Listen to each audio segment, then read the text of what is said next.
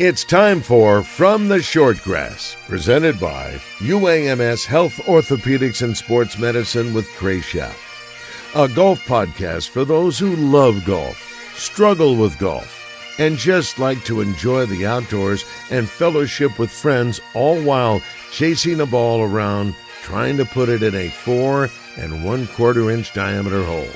From the Shortgrass is presented by UAMS Health, Orthopedics, and Sports Medicine, and brought to you by Stevens Incorporated, an independent financial services firm with the freedom to focus on what matters most. By Beechwood Hospitality, we partner with you to deliver high-yield results by managing, developing, and investing in top-quality hospitality assets. And now, from the Shortgrass, here's your host, Trey. Welcome to another edition of From the Shortgrass, presented by UAMS Health, Orthopedics, and Sports Medicine. I am Trey Schapp. Ortho Now is now open at the Orthopedic and Spine Hospital at UAMS Health. Call 501-686-TOSH for more information. Open Monday through Friday, 8 to 8, and on Saturday, 8 till noon. J.J. Spaun is your 2025 U.S. Open champion. He birdies his last 2 holes of the tournament to win by 2 over Robert McIntyre. Victor Hovland finished third at +2. His 64-foot birdie putt on 18 was the longest made putt by any player for the entire championship. JJ started the championship with a bogey-free 66 in round 1 and had started his Sunday with 5 bogeys and an opening 40 on the front 9. Spaun wins for the second time on the PGA Tour, and this time it is a major. Here is J.J. Spaun after his victory. It felt like as bad as things were going, like I just still tried to just commit to every shot. I tried to just continue to dig deep. I mean, I've been doing it my whole life. And I think that's been the biggest difference this year, is being able to do that. And fortunately, you know, I dug very deep on the back 9 and you know, things went my way, and here we are with the trophy. Coming up on this edition of From the Shortgrass, part 2 of my conversation with PGA Master Professional Adam Carney. Stay with us. This is Justin Acree with some exciting news. UAMS Ortho Now is now open at the Orthopedic and Spine Hospital at UAMS Health. If you have an orthopedic injury, sports, work, or anything else, walk in and get the best in orthopedic care. No appointment needed. Ortho Now is open Monday through Friday, 8 a.m. to 8 p.m., and Saturday, 8 a.m. to noon. Conveniently located at the Orthopedic and Spine Hospital at UAMS Health. For more information, call 501-686-TOSH. That's 501-686-8674. Strength is measured not by the number of accounts. Strength is placing value on relationships. It's having the vision and the guts to invest in growth. It's the commitment to responsibly manage your money. At Stevens, we believe that our strengths build success, not only for us, but for our clients. Stevens, member NYSE, SIPC.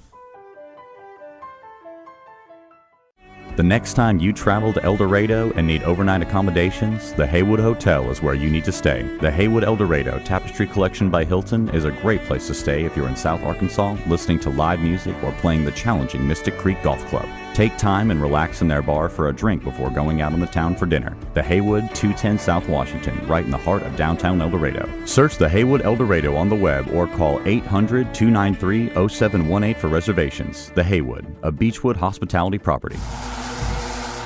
Welcome back to From the Shortgrass, presented by UAMS Health, Orthopedics, and Sports Medicine. I am Trey Schapp. Adam Carney is a PGA Master Professional with an emphasis on the rules of golf. In our last episode, we learned how Adam became a PGA professional, and now we are going to hear about some of the interesting rulings he has been involved in during his career.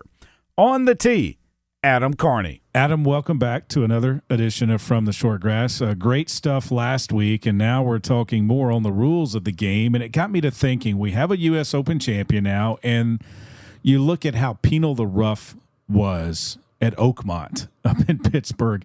Of course, yes, I would love to go play, but I don't want to play it when the rough is that high, because I'm not going to be able to find my golf ball in 3 minutes, which is a new rule, by the way. For those who don't understand, you used to have 5 minutes to look for your ball. Now you have 3.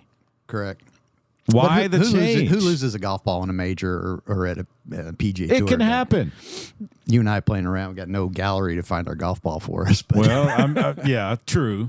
But, I mean, yes, it could happen. I mean, 3 minutes.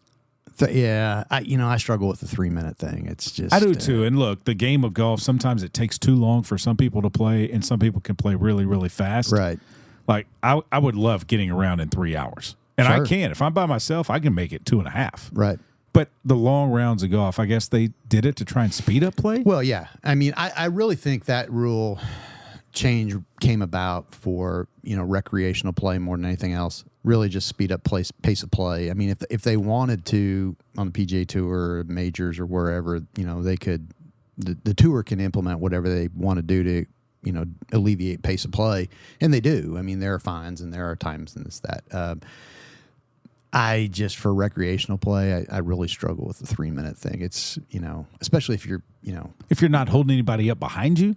That and if your fellow competitors don't help you look for the golf ball, and it is what it is. It just seems a little bit tough, when you're looking in an area that is not going to be real visible. I thought 5 minutes was fair. 3 minutes would be a little tough, but the rules of golf sometimes they're a little bit a little bit like politics. You may agree with 90% of what your particular party of favor is, but 10% you just disagree with, and the rules of golf can be that way sometimes too. I remember back PGA Championship, Scotty Scheffler with the mud on the ball, and so that brought up that whole discussion again about, hey, if there's mud on the ball, they ought to be able to clean it, yada yada yada. I'm not in the camp that says, yeah, we ought to be able to do that. I'm in the camp that says, hey, look, if that's something that's going to happen fairly regularly on that day's round, then you need to be playing live, clean, in place. It is what it is. I mean, I'm not a proponent for necessarily changing the rule, but, major championships, and as you mentioned, the USGA, I mean, they're never going to play live, clean, in place in any of their championships. I don't know that the PGA Championship ever has. I'm pretty sure Augusta has not for the Masters. And Open, you don't have to worry about that. You don't have to worry about it. But, it's just one of those things where, it's right there with a ball landing a divot. And Jack Nicklaus has been a proponent forever about getting a relief from a divot. And, it's not fair that you hit it in the middle of the fairway and you're in a divot. But I think back to the beginning of golf, like they had a rut club. And the rut club was designed to get the ball out of wagon wheel ruts that had, gone across the golf course, which it's not a golf course like you and I know it today, obviously. True. But, so, the ball came to rest in a rut. You got your rut club out. And you played the ball as it lay, and that's how the game was played. And, you think about the lies we get and some of the things that happen today as opposed to 150 years ago. I mean, we've got it pretty doggone good. I was going to say, we better count our blessings that we were born this time in the world and say, like, okay, yeah, I didn't have to play 200 years ago. Right. I'm playing right here in the now, 2025, and I do have it pretty good. Right. And but then you go to thinking about, okay, what does the future hold for golf courses in the rules of golf? I mean, so we mentioned 3 minutes to look for a golf ball and pace of play issues and things like that. I mean, is it so far out to believe that eventually they could have like a shot clock in every fairway or in every tee, every fairway, every green, and players can look at the shot clock? Because growing up, I never thought we'd have instant replay for football and baseball, and but now that's an integral part of those sports. Sure. And so could that happen in golf? Why not? Who knows? What could happen to golf course design? I mean, you look at these golf courses that have sub-air systems underneath their greens, like Augusta, and I think Alotian does as well, and Little Rock. Who's to say that won't be over the fairways and greens in the future, and then you don't have to worry about mud balls anymore because they can dry the fairways out in an hour and a half, 2 hours. So it would take a lot for that. It would. That would be pretty expensive. Look at the golf courses now versus 150 years ago. True. Well, and here's the other thing too, and Fred Perpall brought this up with me when I sat down with him a couple of years ago, I believe now. The golf ball. Yeah. The USGA and the RNA are rolling back the distance that the golf ball will travel. And Adam, he said to me is, look at our clubs. If Club A has a 650-yard par 5, well, Club B in the town thinks they have to have one too. But Club B might be landlocked and not have anywhere to move or adjust.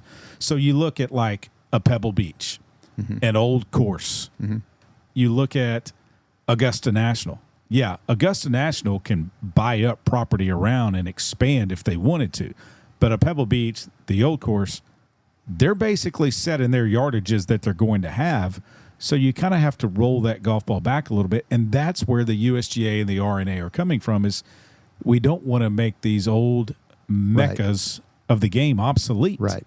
Exactly. I think the major emphasis for that rule is to keep some of the traditional great clubs from becoming obsolete, which I understand and I agree with. I frankly in Scotland haven't played as much over there as I have. I don't think it matters how far that golf ball goes because those golf courses are totally set up for weather. I mean, if you get a perfect day, it doesn't matter what golf ball you're playing. You're gonna. I mean, the old course on a 75 and sunny and light wind. I'm telling you, we can go play Burns Park and have just as difficult a test as the old course. But when you're playing it, it's 42 degrees, wind's blowing 25 to 30, and you got some rain. I mean, that's a really, really tough challenge. And that's obviously how the game was designed to be played. Now, over here in the United States, we play more what we call target golf because everything lands and stops, and it's just hit it at the flagstick nonstop. But, I think the golf ball thing, I mean, yes, equipment got to a point where, hey, look, we were able to increase ball speeds and club head speeds and maintain accuracy, which is always a challenge. Anything you do to a golf club or a golf ball to hit it further, you're going to compromise accuracy, but not to the extent. I mean, we've gotten tons of distance without compromising much accuracy at all. So the golf ball, the only thing that I see that could pose a threat to the game as a whole would be people saying, hey, look, I don't enjoy the game as much because the ball doesn't go as far. Now the golf course is so much harder. And there's been a lot of discussion about, hey, we're going to have a ball for championships, PGA Tour and national championships, and then we're going to have a golf ball for a recreational golfer, which I'm not in favor of. But, I don't know the answer to that. I just kind of roll with the punches, and I probably reserve judgment until it actually happens and we see what's going on with it. And, frankly, I go play now, and I play a 6,800-yard golf course, and I'm hitting a lot of pitching wedge and 9-irons into par 4s, and, it makes the golf course kind of easy. If I'm hitting 6-7 iron into those holes as opposed to a pitching wedge or a 9-iron, I think that's a greater test of golf. The opposite side of that is, most courses have 4 or 5 sets of tees, so you can challenge yourself in any way you want to.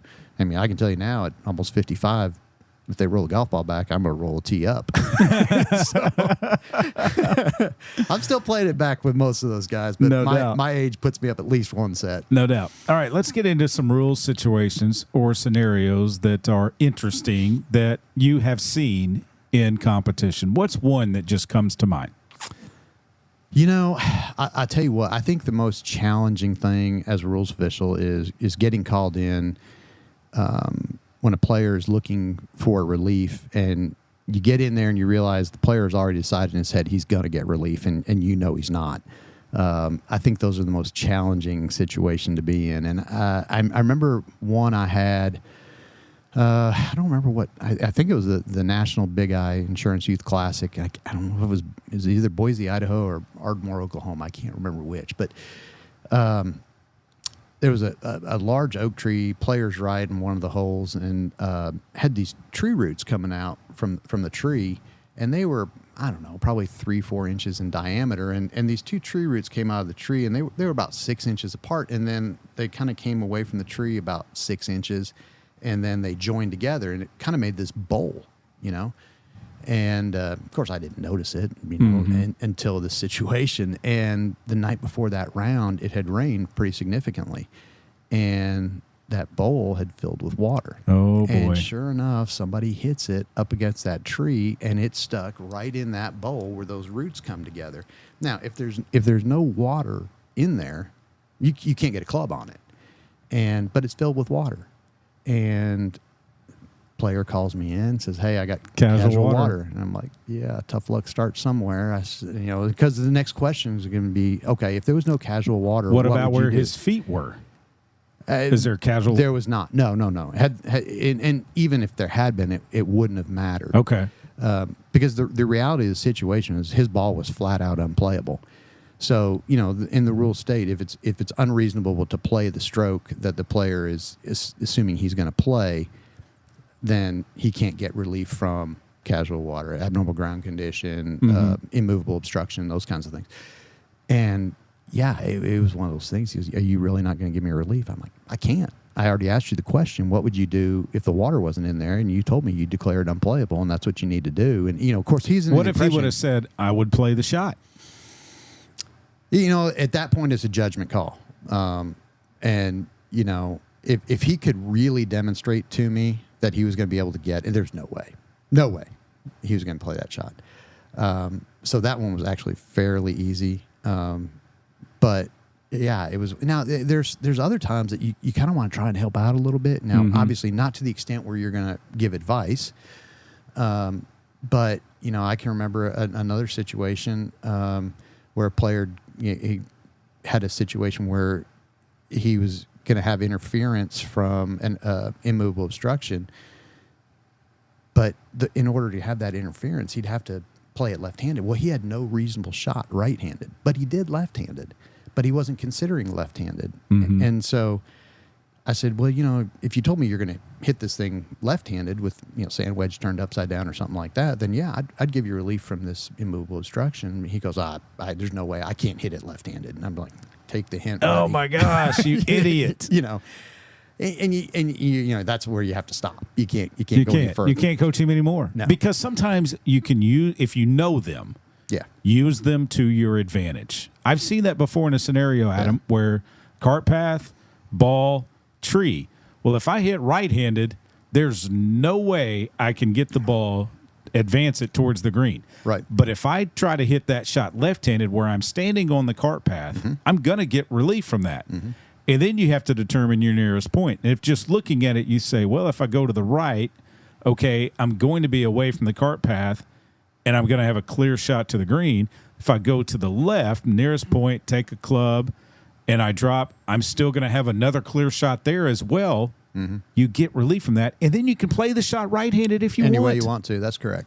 And that's one of those things that, amateur golfers, they again, this player thought, hey, I've got casual water. Boom, guaranteed relief. Got to get relief because I know I get relief from casual water, but they don't understand the concept of, well, if you wouldn't play the shot, you don't.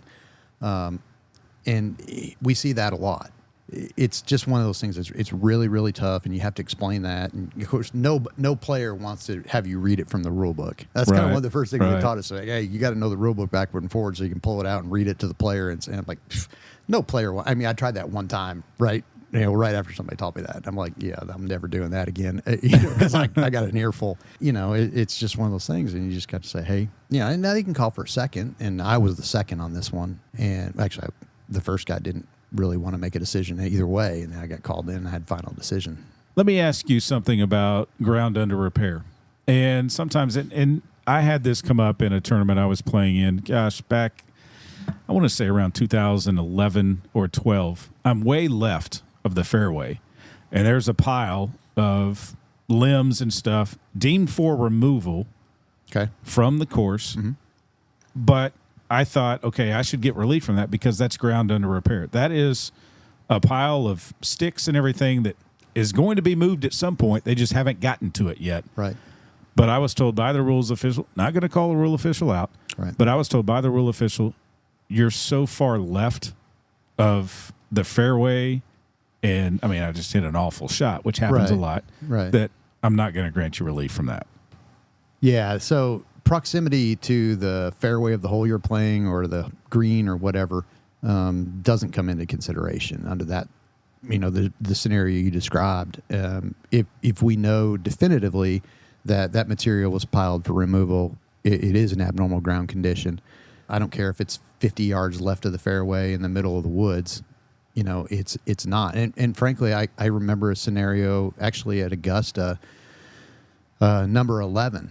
Ernie Els, and this has been 20 years ago, just hit it dead right on 11 back when the right side of 11 was actually a forest. And there was a little pile of sticks there. And I think he went through 2 or 3 rules officials that told him no. How many can you go through?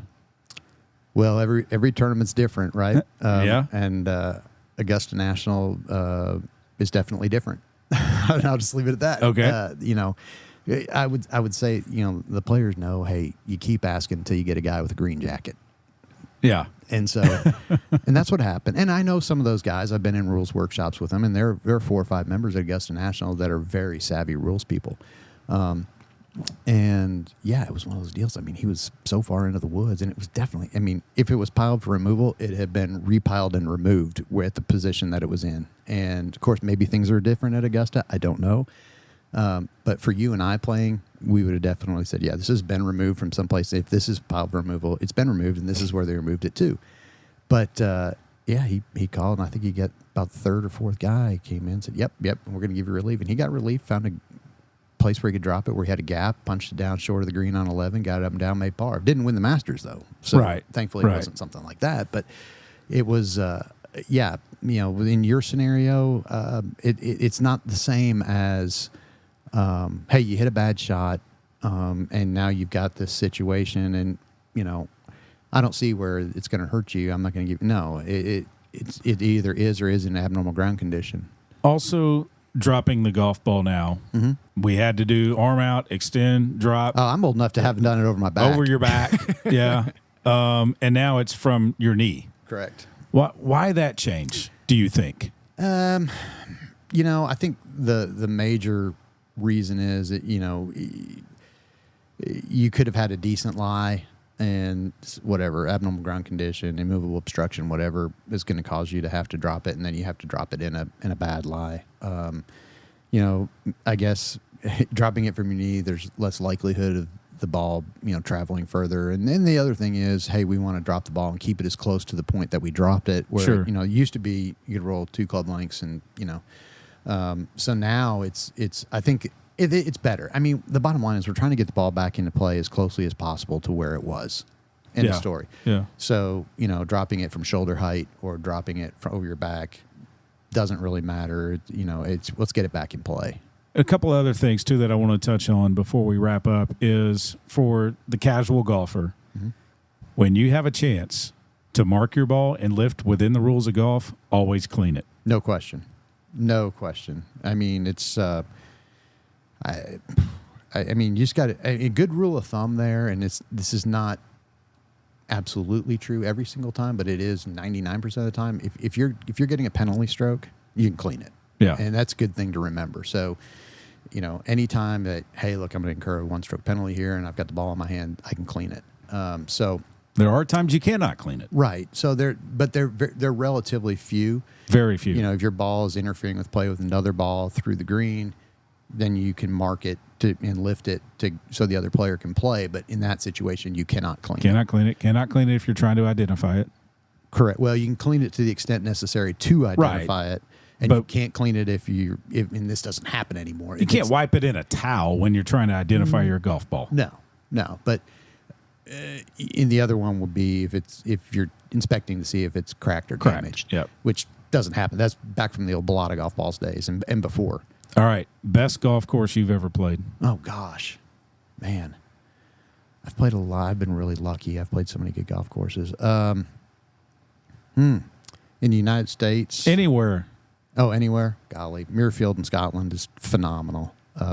Just outside of Gullin. Yep. Not a great experience, but North Berwick's right there, too. And that's just so cool. U.S., I love playing Baltusrol, but I like the upper course at Baltusrol, which is the course that they don't play the PGA Championship on now. The upper is just awesome.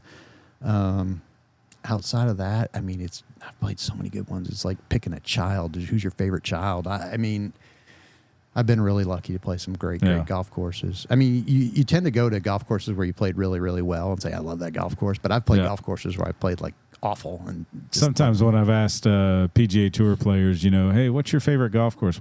The ones I win at. Yeah.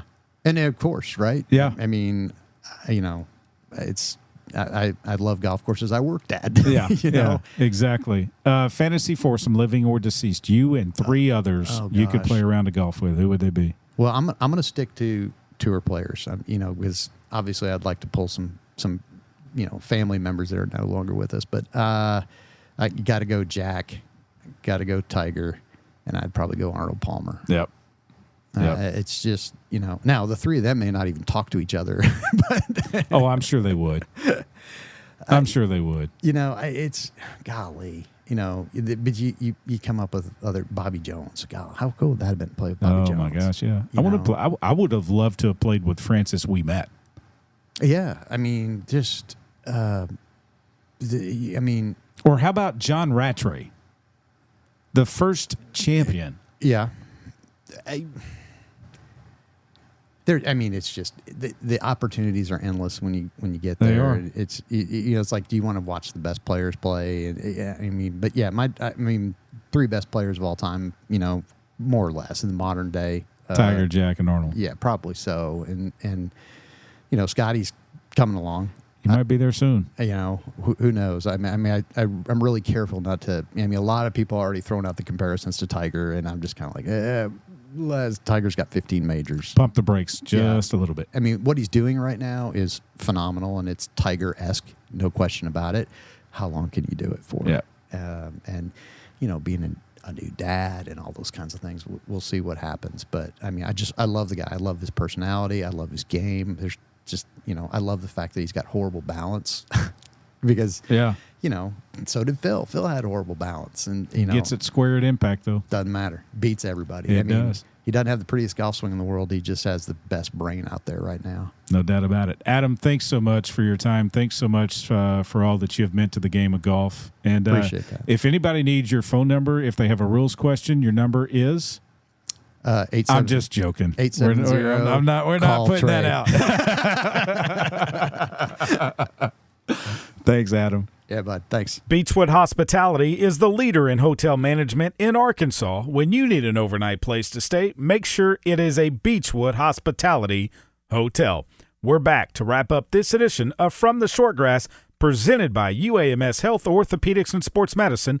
After this. This is Justin Acree with some exciting news. UAMS Ortho Now is now open at the Orthopedic and Spine Hospital, UAMS Health. If you have an orthopedic injury, sports, work, or anything else, walk in and get the best in orthopedic care. No appointment needed. Ortho Now is open Monday through Friday, 8 a.m. to 8 p.m., and Saturday, 8 a.m. to noon. Conveniently located at the Orthopedic and Spine Hospital at UAMS Health. For more information, call 501-686-TOSH. That's 501-686-8674. From Central Arkansas to South Arkansas to Northeast Arkansas, across the state to Northwest Arkansas, you will find a Beechwood hospitality property.